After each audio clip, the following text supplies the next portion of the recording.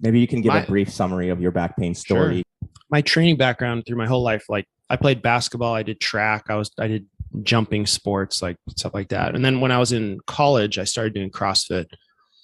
And I didn't really know. Yeah, I just basically watched the videos on the internet and then tried to imitate it the best that I could. I didn't really know anything about like the methodology of training. I was in business school at the time. I wasn't studying this stuff formally. I didn't have the experience that I have now. So I was just crushing workouts, like as hard as I could. I wanted to make myself vomit, like I was so in that world. Like I like tried to make myself pass out by working out so hard. Like that was like, I was like 20 and I was like, if I don't pass out, I didn't push hard enough, that type of, mentality. No pain, no gain. Yeah. All that. Very misguided, And so, I wasn't thinking about the volume of my training or like the technique as much. And I create a lot of my own injuries. And one of those was, as we're talking about right now, obviously my lower back.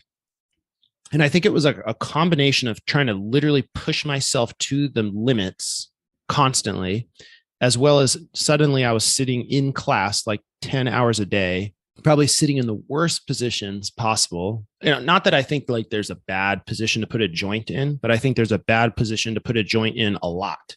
Extended period of time.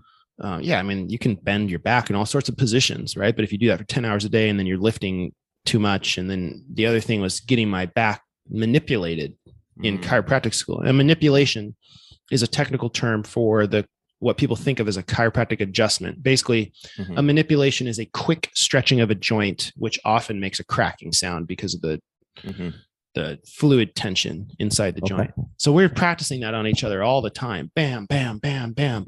And no joint should have that kind of exposure to that level of stretching and stress. So I was doing workouts just as hard as I could. And I was getting my joints like stretched out forcefully by people who were in training. And I would tweak it here. It was tight for a couple of weeks. I'd tweak it. I wasn't changing my workouts. I was just I was totally lost in my approach. And it took like 3-4 years to get fully better. Yeah. And I tried soft tissue work, exercises, I never got any imaging. I never got x-rays. I didn't want to know because there's a lot of research that shows that people who get an MRI and they see a disc herniation, even though, tons of people have a disc herniation with no pain.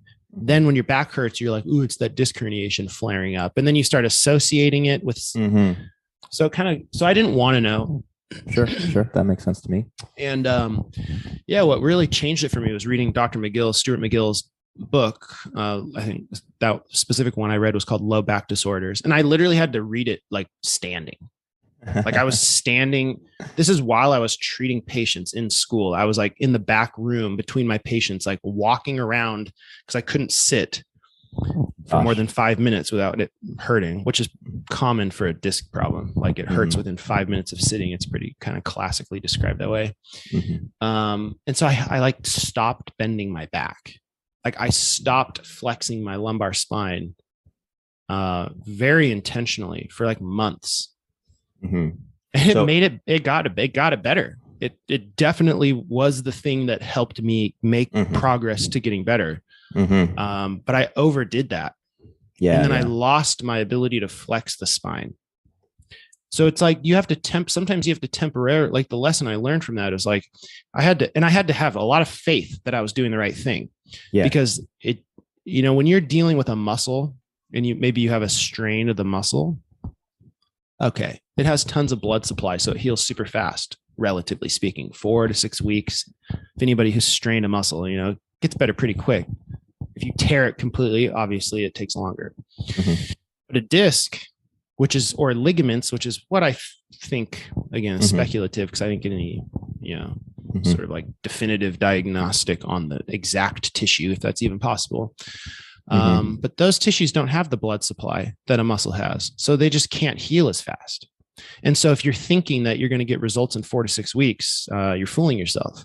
Yeah, it's not because that's not how it's going to work. It's going to take longer. And so then you have to trust that you're doing the right thing without seeing the results.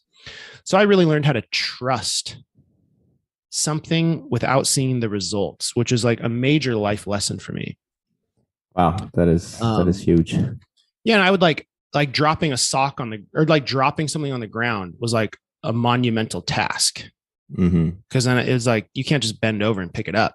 I had like a very specific way of lunging down and bending. It was terrible, man. It was very hard emotionally, psychologically, energetically. Yeah. You don't know what you got till it's gone, right? It made me it really made me appreciate it. But so then what happened though is like, so I was so diligent about not flexing my spine. I became, and this is pretty common actually, I became extension intolerant. So it hurt to bend my spine backwards. Wow. And my thinking for that is because I wasn't bending forwards, I was spending all my time loading on my facet joints. And then those essentially get like sensitive because anything you load too much will become sensitive because the body, it's like if you move a lot, you're constantly changing which tissues or whatever are under load. Right. And so then I became extension intolerant.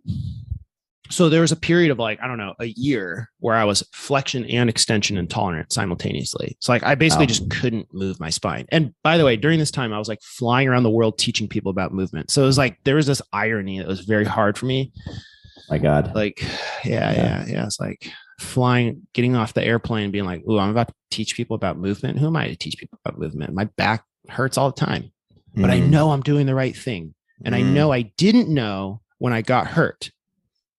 It's like there was some of that psychological stuff of like I had to overcome. Yeah. And you know what? I was right. After everything, I was right because now my back feels great. I don't have any back pain at all. And I'm recovering my lumbar flexion more now than ever. I started doing yoga like a year ago. Thanks for checking out that video. I hope you liked it. Here are a couple more for you to check out. And if you haven't done so, please subscribe to my channel.